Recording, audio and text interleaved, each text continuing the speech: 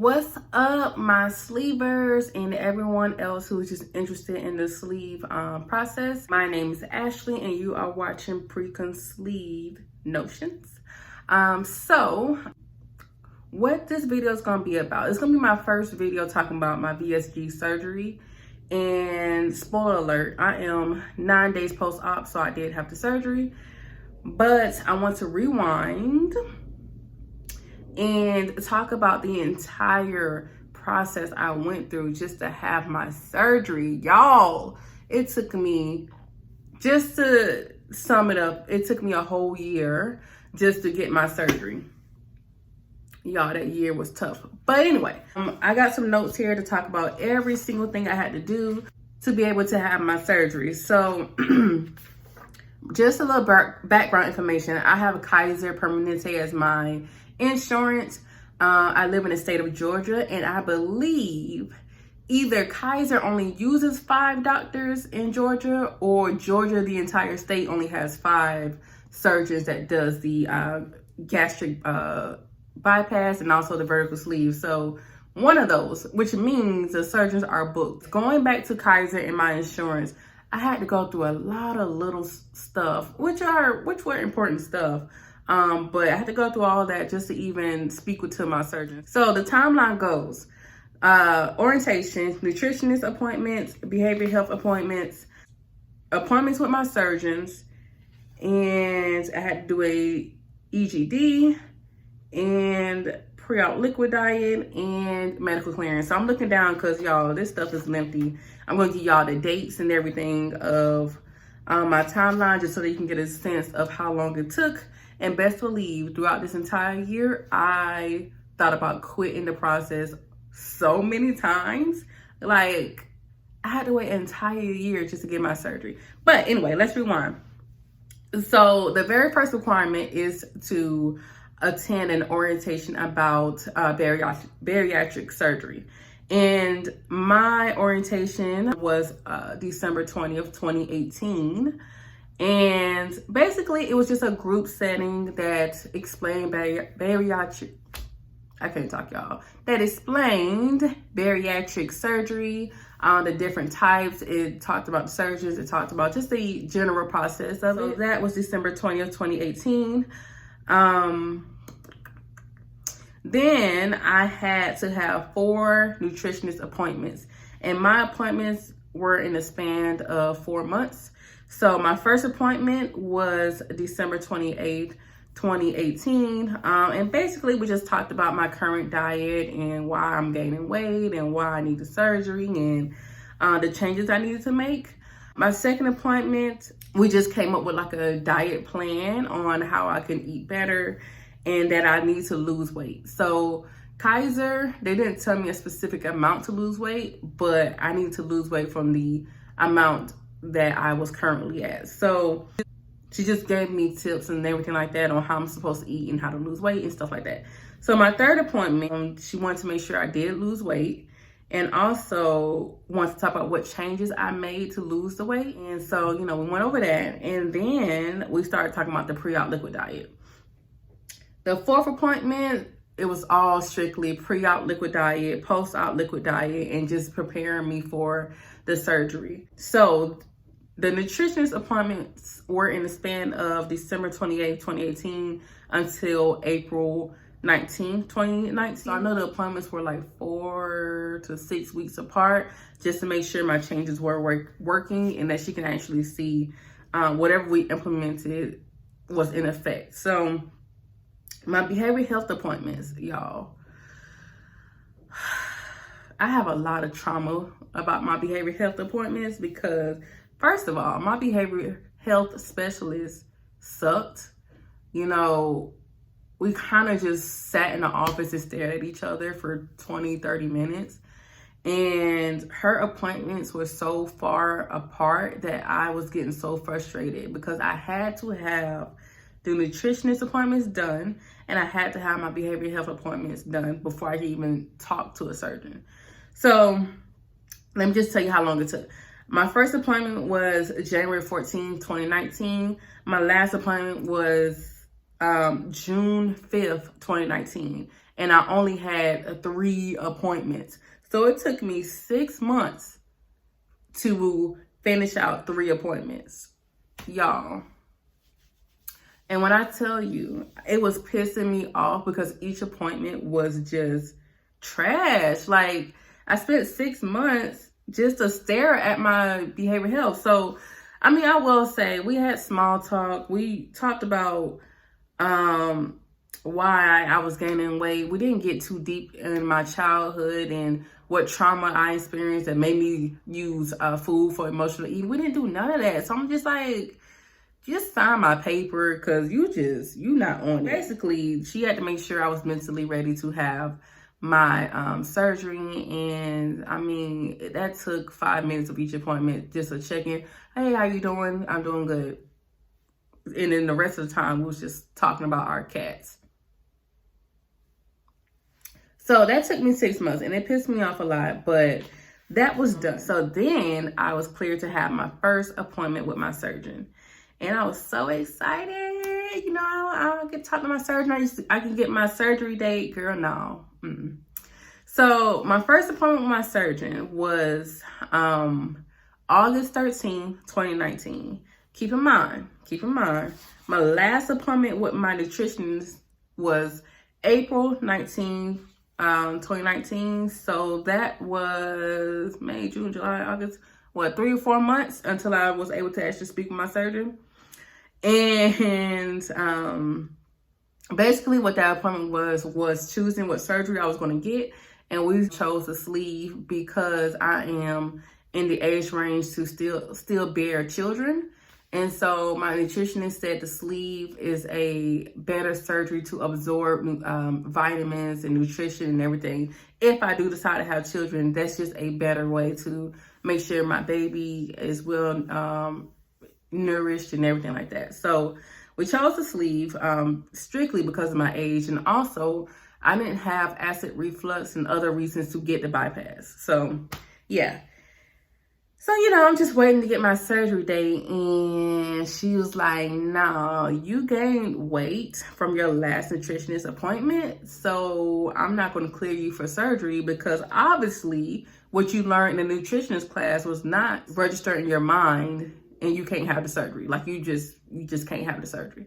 Y'all, I cried so hard that day. Like, it makes me want to cry now. I cried so hard.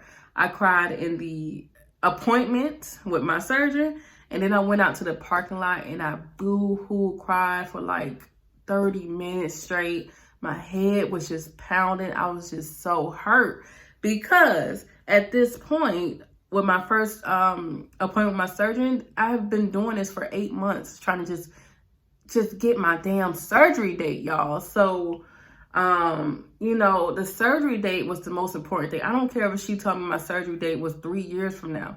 I just needed my surgery date because I was putting job opportunities on hold. I was putting vacations on hold.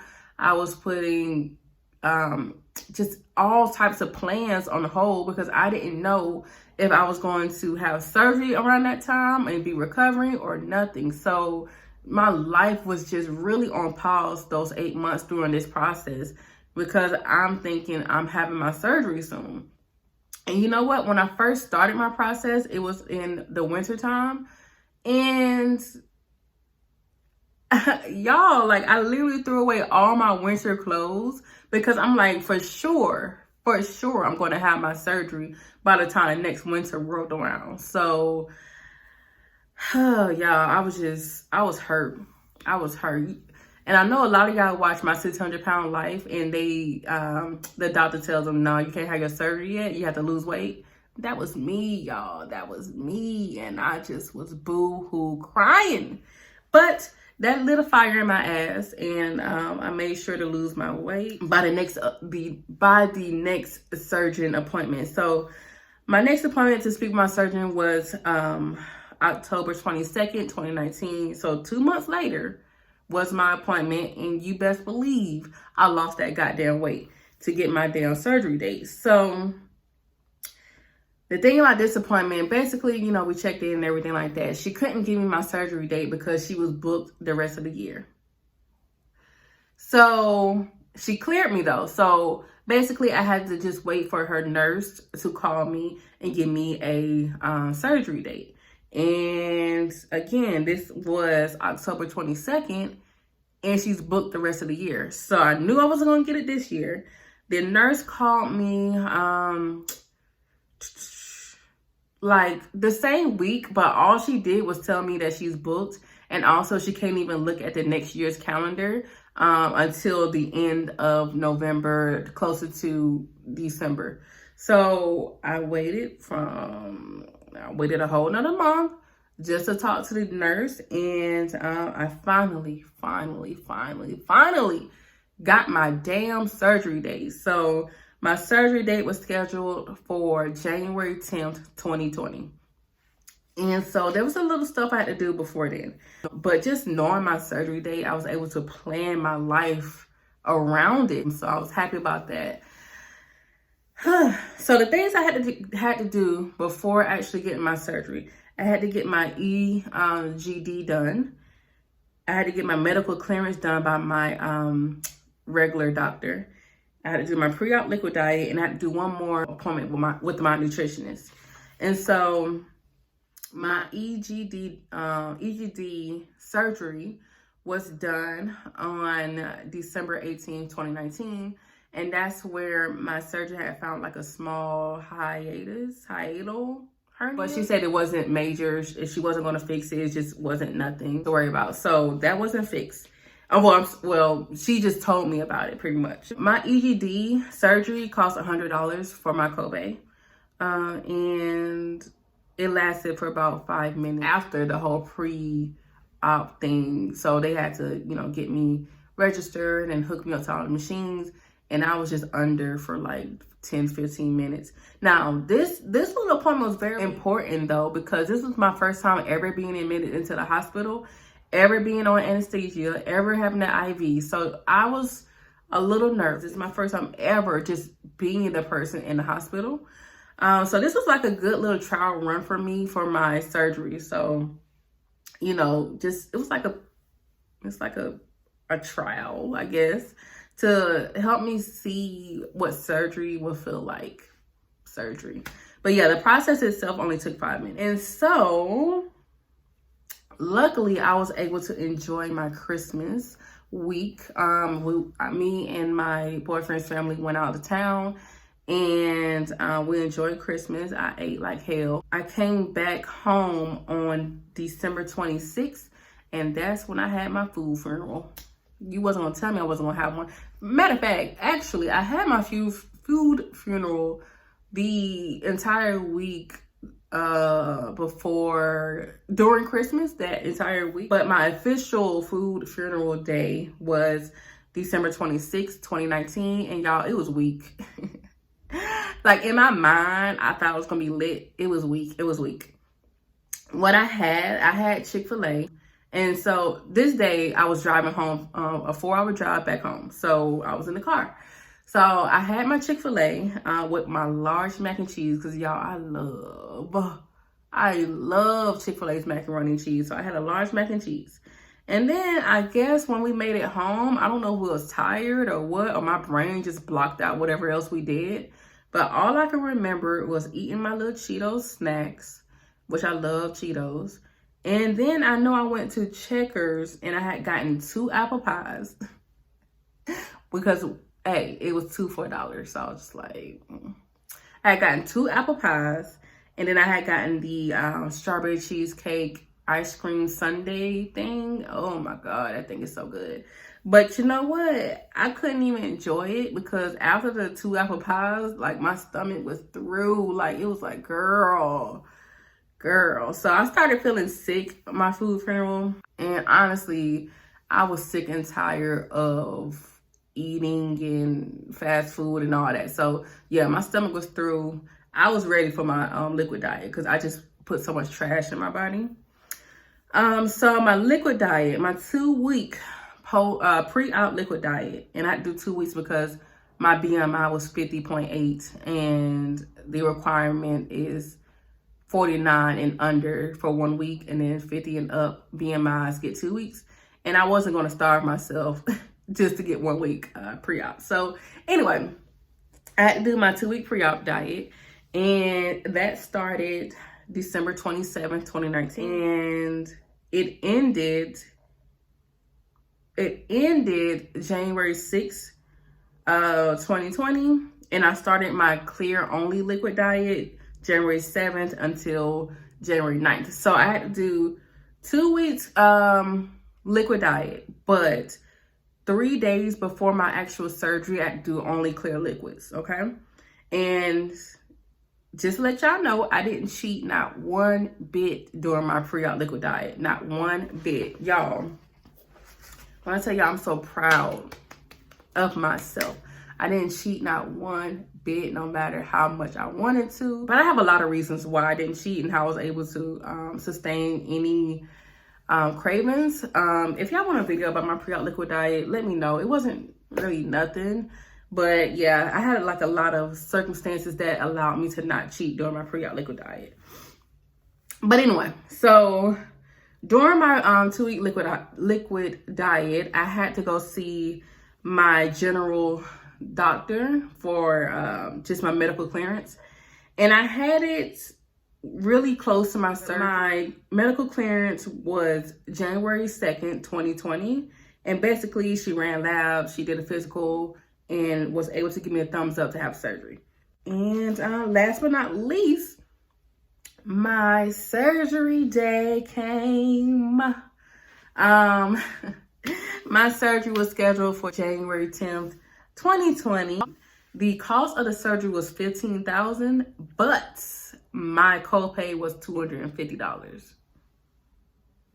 Yes, girl, I had this whole surgery for $250. Y'all don't understand how blessed I was to get that number. My mom actually paid the surgery for me, so that was awesome. But yeah, that was my entire timeline of requirements to even get the damn surgery.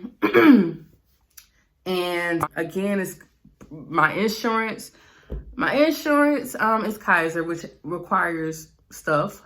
Also, everybody had 2-month appointments, so that took forever. And I sabotaged myself with that first surgeon appointment. But yeah, that was it. That is my timeline. Hope you all enjoyed. If you have any questions, drop them in the comments.